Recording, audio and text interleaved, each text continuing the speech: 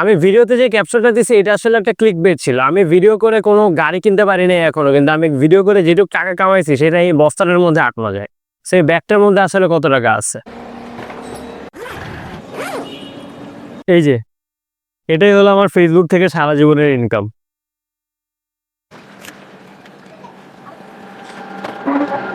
এই যে মানুষ বলে যে তারা ফেসবুক থেকে টাকা কামায়, লাখ লাখ কোটি কোটি টাকা কামাচ্ছে, কেউ কেউ দেখতেছি ফ্ল্যাট কিনতেছে, গাড়ি কিনতেছে, বাট আমি জানি না আমি আমার পুরো ক্যারিয়ারে এই এই 2 টাকা আমি কামাইতে পারছি। অ্যান্ড আমার মনিটাইজেশনই অন হয় না, আমার অ্যাকাউন্টে কোনো প্রবলেম নাই, আমার কন্টেন্ট অরিজিনাল, আমার কোনোটাতে কোনো ইস্যুস দেখায় না, নাথিং। কিন্তু আমার একটা 2জন ব্যক্তি আমাকে জাস্ট 2টা স্টার দিছিল, ওই স্টারে 1 টাকা 1 টাকা করে আমি এই 2টা টাকা পাইছি।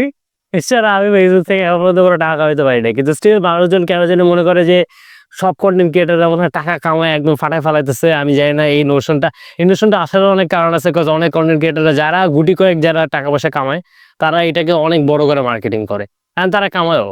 তারা যে মিথ্যা বলতেছে তা না, বাট আমার মতো অনেক স্ট্রাগলিং ক্রিয়েটররা আছে যারা আসলে কিছু করতে পারতেছে না। তো এটাই। Good bye.